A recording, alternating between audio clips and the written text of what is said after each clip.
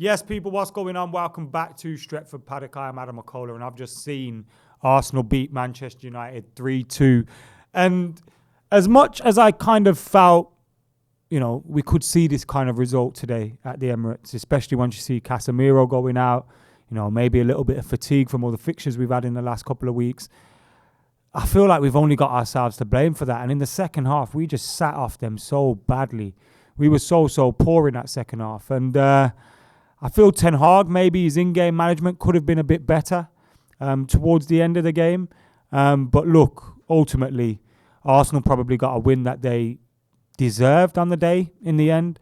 I don't think United did enough, especially in the second half, to really make a difference. Like, you look at our goal from Lisandro Martinez, which was the equaliser for 2-2. It comes from a corner and a mistake from the goalkeeper. Marcus Rashford's was a little bit of brilliance. Apart from that, we never really performed very well. Now, I think if you start the game with Casemiro in there, probably a different game, do you know what I mean? But you are looking at a team at the moment in Manchester United that are still very much a work in progress. Do you know what I mean? We're having to get by with some things at the moment. Eric Ten Hag at the minute has a Burnley striker up front and a Burnley midfielder in Scott McTominay.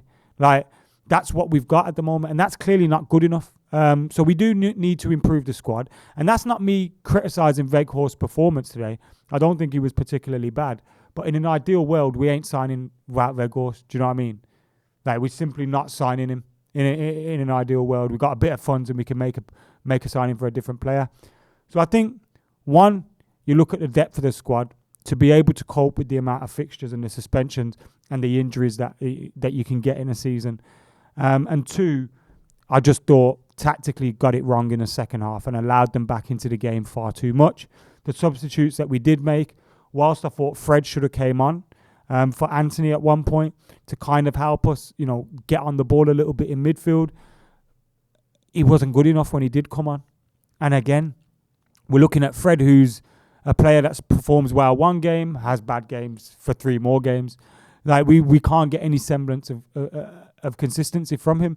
So these are some of the players that Ten Hag's got to deal with at the moment. But I do feel we maybe could have managed the game a little bit better. I've seen a lot of people talking about decisions and all this kind of stuff. And, was he offside?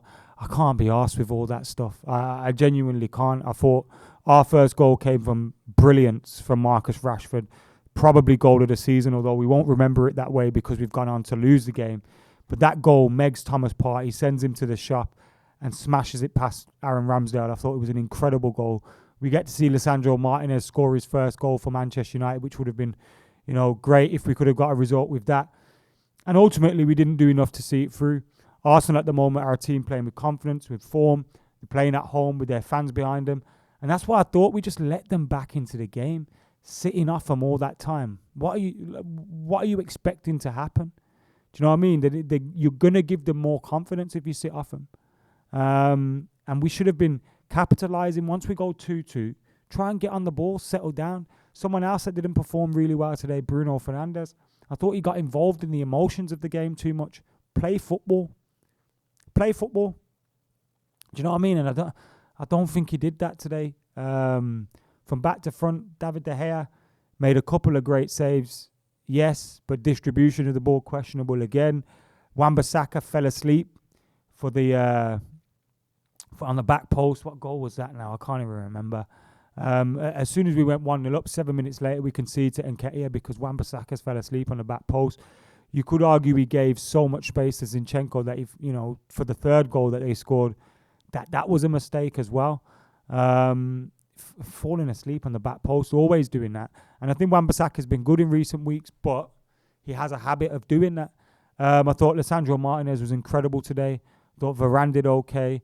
Luke Shaw, up against a difficult opponent, Bukayo Saka, thought he handled the threat well. I think the goal that Saka scored come from poor marking from Christian Eriksen. Stick a fucking challenge in. What are you doing? You're just watching him. You're just waiting for him to shoot. And even then, arguably, David De Gea probably could have done better with it. So there were some real poor goals to concede. Wan-Bissaka falling asleep on the back post twice for the first and the third goals. And the defending for Saka's goal, as good as his strike was, you've got to do better with that. Whether you're Christian Eriksen, whether you're David De Gea, or whatever. Ultimately, not good enough today. we've been on a very good run. I think it was 10 games unbeaten between the Aston Villa game and this game. And today, you know, I don't think we really deserve much out of it. We got what we deserved, really. Would have been nice to get a point and get out of there and keep the run going and go on to the next couple of games. But we've got Forest coming up now. We've got Reading. We've got Leeds twice, Crystal Palace. You know, the Europa League's coming up. There's still loads to play for in this season. We're still doing all right in the top four. We've created a good cushion from the likes of Chelsea, Liverpool and Spurs, and hopefully we can continue to extend that. But, yeah, disappointing. You never want to lose these games, especially against them twats. And it looks like it'll be a big win for them in terms of the title race. But as much as I hate them, and when I say hate them, I fucking hate Arsenal. As much as I hate them, I'd rather see them win the league this season than City. Because then City make it 3 in a row, don't they? And whilst I don't know any City fans, we want to protect Sir Alex Ferguson's legacy and the achievements that he had and the achievements Man United had at them time. So, yeah.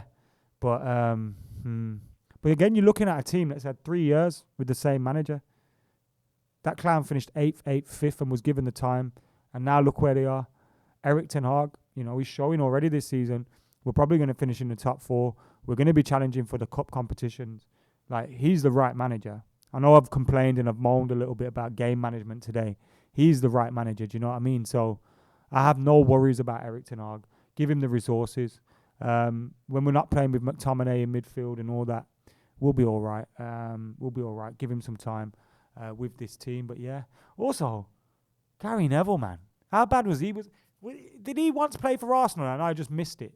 Did I think you played for Man United, Gary? Why are you getting so wet over fucking Arsenal scoring? Embarrassing. But that's what made it all a whole lot worse for me. Listening to him creaming over them. Jesus Christ, Gary, get a grip, man. Be more like Keno. Anyway, let us know your thoughts in the comments below. As I said, super disappointed with the result, the performance, particularly in the second half. We should be doing a lot better. But I think a culmination of, you know, everything. That's our first defeat as well since a return from the World Cup. Culmination of all those things has caught up with us. Now we just need to go on another run again. But again, if we get an injury to Casemiro, Rashford, you know, while Martial's out, we've got problems. So don't be surprised if we see a few more of these bumps in the road because the squad still isn't quite there yet. Anyway, let us know your thoughts in the comments below. Make sure you're keeping it locked. Like, comment, share, and subscribe. And until next time, I've been Adam McKola. I'm out of here.